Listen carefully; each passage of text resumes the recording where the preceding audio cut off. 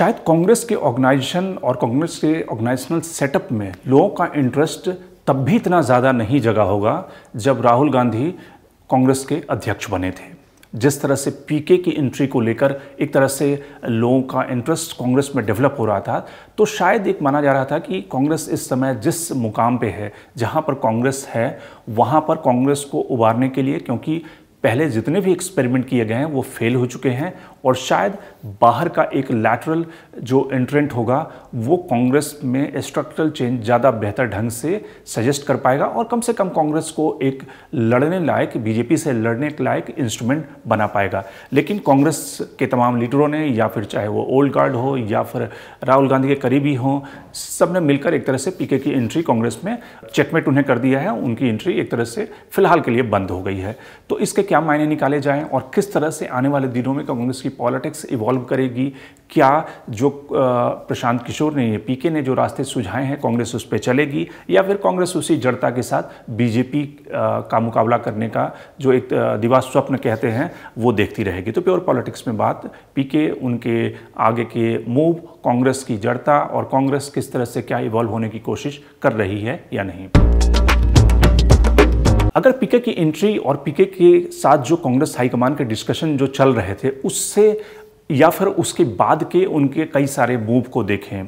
तो उससे जो प्रशांत किशोर ने सवाल उठाए हैं उसका क्या जवाब आपको उन सारे एक्शन से मिलता है? अभी कांग्रेस ने कुछ राज्यों में अपनी अपॉइंटमेंट्स की हैं, जैसे कि हिमाचल प्रदेश, जिसमें कि वीरभद्र सिंह की पत्नी को वहाँ का अध्यक्ष बनाया गया है। इसके अलावा हरियाणा, जहां पर ये माना जा रहा था कि हुड्डा, जो कि एक इम्पॉर्टेंट जाट लीडर हैं, हरियाणा की पॉलिटिक्स में मुख्यमंत्री भी रहे हैं, उन्हें वहां पे अध्यक्ष बनाया जाएगा। या फिर कहें उत्तराखंड या पंजाब की जो अपॉइंटमेंट्स हुई हैं वो क्या उस ट्रेंड को, उस सिग्नल को आगे बढ़ाती है जिसकी तरफ पीके इशारा करके गए, या फिर पीके ने जो प्रेजेंटेशन दिया जिसमें जिस बात का उन्होंने उल्लेख किया, और जब उनकी एंट्री बैन हुई उस समय जो दो ट्वीट किए गए रणदीप सुरजेवाला की तरफ से और पीके की तरफ से, पीके की तरफ से जो ट्वीट किया गया उसमें ये कहा गया कि मेरे एंट्री से ज़्यादा इम्पॉर्टेंट ये है कि कांग्रेस का जो लीडरशिप क्राइसिस है या जो लीडरशिप का इशू है उसको कांग्रेस रिजॉल्व करे और कलेक्टिवली जो स्ट्रक्चरल प्रॉब्लम है उसको रिजॉल्व करने की दिशा में आगे बढ़े। तो सवाल क्या है कि क्या अगर पीके नहीं है कांग्रेस में, या जो लोकसभा चुनाव की दशा दिशा या फिर उसके लिए तैयारी करने की जो एक तरह से दारोमदार उनके ऊपर आने वाला था, उसको लेकर दोनों के बीच में बात नहीं बनी, लेकिन क्या कांग्रेस सचमुच उस इशू को, उन दोनों इशू को एड्रेस करते हुए दिख रही है या फिर आने वाले दिनों में दिखेगी? इसका जवाब ढूंढने की कोशिश करते हैं। अभी तक जितने भी अगर 3-4 अपॉइंटमेंट्स की बात की जाए, 3-4 अपॉइंटमेंट्स में आपको दोनों तरह के ट्रेंड दिखेंगे। पहला वो ट्रेंड जो कि पीके लगातार अपनी बातों में कहते रहे हैं कि कांग्रेस को ग्रासरूट लेवल पर और जो लीडरशिप का जो पोजीशन है वहाँ पर वैसे लीडर को डिप्लॉय करना होगा जो कि प्रासंगिक हैं और जो कि ग्राउंड से निकलकर वहाँ पर पहुँचे हैं और साथ ही जिनके पास एज का एक ब्रैकेट हो आगे आने वाले दिनों में कांग्रेस को लीड करने का। लेकिन जिस तरह से प्रतिभा सिंह को बनाया गया, निश्चित रूप से वो एक कद्दावर नेता वहाँ की रही हैं। वीरभद्र सिंह जो कि वहाँ के हिमाचल प्रदेश के मुख्यमंत्री रहे, कई बार उनकी पत्नी रही हैं और हाल के दिनों में मंडी का जो बाईपोल हुआ था उसमें बीजेपी को पटकनी देते हुए उन्होंने लोकसभा का चुनाव जीता है।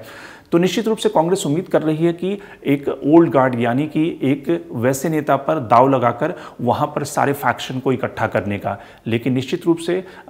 एक ऐसे समय में कि जब कांग्रेस को यंग ब्लड की ज़रूरत है, वहाँ पर ओल्ड गार्ड को लगाना वो कितना ज़्यादा जो वर्कर्स हैं उनमें एनर्जी पैदा कर पाएगा। बाकी जो अपॉइंटमेंट्स हैं उसमें भी वैसे नेताओं को जगह दी गई है जो कि ज़्यादातर लाइट वेट नेता हैं। तो सवाल ये है कि क्या जो स्ट्रक्चरल जो चेंज करने की बात पीके कह रहे थे कांग्रेस में, वो उस दिशा में कांग्रेस आगे बढ़ते हुए दिख रही है? तो सबसे पहला जो मुद्दा था उनका कि लीडरशिप पोजीशन पर जो उनके सारे क्लिप्स से और कई सारी जो खबरें छनकर आ रही है कि पीके का जो सजेशन था कि वो प्रियंका गांधी कांग्रेस की अध्यक्ष बने, और प्रियंका के साथ उनकी ट्यूनिंग अच्छी रही है पहले से, और प्रियंका जिस तरह से एक तरह से उन्हें लगता था कि वो कहीं ना कहीं कैडर को ज़्यादा उसमें उत्साह भर सकेंगी और राहुल गांधी पार्लियामेंट्री पार्टी को लीड करें, यानी कि अगर कांग्रेस कभी सत्ता में आती है तो प्रधानमंत्री पद के उम्मीदवार राहुल गांधी होंगे, लेकिन जो ऑर्गेनाइजेशनल जो सेटअप होगा उसमें प्रियंका गांधी लीड करेंगी। लेकिन ये सारी जो स्ट्रक्चरल प्रॉब्लम है उसमें जो कांग्रेस का जो हाईकमान या कांग्रेस की जो लीडरशिप है उन सब का ये कहना था कि पीके कांग्रेस को गाइड नहीं कर सकते या फिर पीके कंट्रोल करके उसे नहीं चला सकते, बल्कि जो कांग्रेस का इंटरनल सिस्टम है, जो कांग्रेस का अभी एग्जिस्टिंग सिस्टम है, उसके अंदर ही पीके को काम करना होगा। और जो कि पीके चाहते थे कि वो डायरेक्टली कांग्रेस अध्यक्षा को रिपोर्ट करें, उनकी जो पोजीशन हो वो उस तरह से उन्हें वो पद दिया जाए जिसमें कि वो डिसीजन मेकिंग में यानी कि हेल्म ऑफ अफेयर्स पर वो रहें, कंसल्टेशन विद सोनिया गांधी वो डिसीजन ले सकें। लेकिन ये कांग्रेस हाईकमान को मंजूर नहीं हुआ और शायद इसलिए बात नहीं बनी। लेकिन इन सारी बातों से जो मुख्य बात निकलती है कि कांग्रेस का जो इंटरनल क्राइसिस है, लीडरशिप का इशू शायद कोई एड्रेस करने को तैयार नहीं है, क्योंकि राहुल गांधी जिम्मेदारी लेने को तैयार नहीं है और बाकी कांग्रेस की लीडरशिप को लगता है कि अगर सोनिया गांधी रहेंगी तभी कांग्रेस पार्टी बचेगी। वहाँ पर जो पीके का सजेशन था कि या तो कोई नॉन गांधी फैमिली का व्यक्ति अध्यक्ष बने, वो ज़्यादा बेहतर स्थिति है, लेकिन उसके लिए कांग्रेस फिलहाल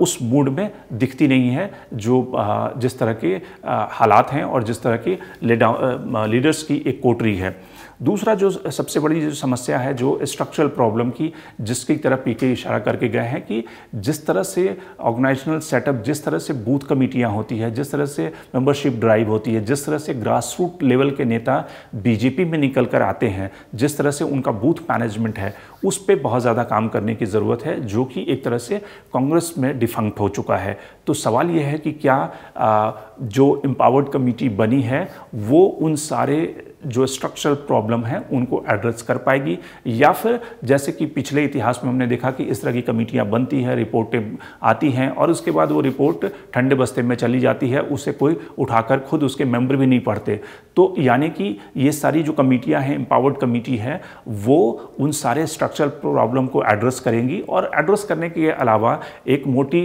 रिपोर्ट बनाने के अलावा क्या निश्चित रूप से वो कांग्रेस को उस तरह से वाइब्रेंट ऑर्गेनाइजेशन बनाने की दिशा में काम करेंगे जिस तरह की रोबस्ट और वाइब्रेंट ऑर्गेनाइजेशन बीजेपी है, या फिर चुनाव लड़ने की मशीन, इलेक्शन लड़ने की मशीन जिस तरह से बीजेपी बनी है, क्या वो इलेक्शन लड़ने की मशीन जो कि न केवल अपना नैरेटिव सेट करे, न केवल ग्राउंड पर ग्रासरूट लीडर्स को कल्टीवेट करे, बल्कि उस नैरेटिव के हिसाब से, उस कम्युनिकेशन के हिसाब से कांग्रेस को कम से कम 50 सीट से आगे कम से कम 100 सीटों के आंकड़े को वो 2024 में टच करने की स्थिति में हो सके।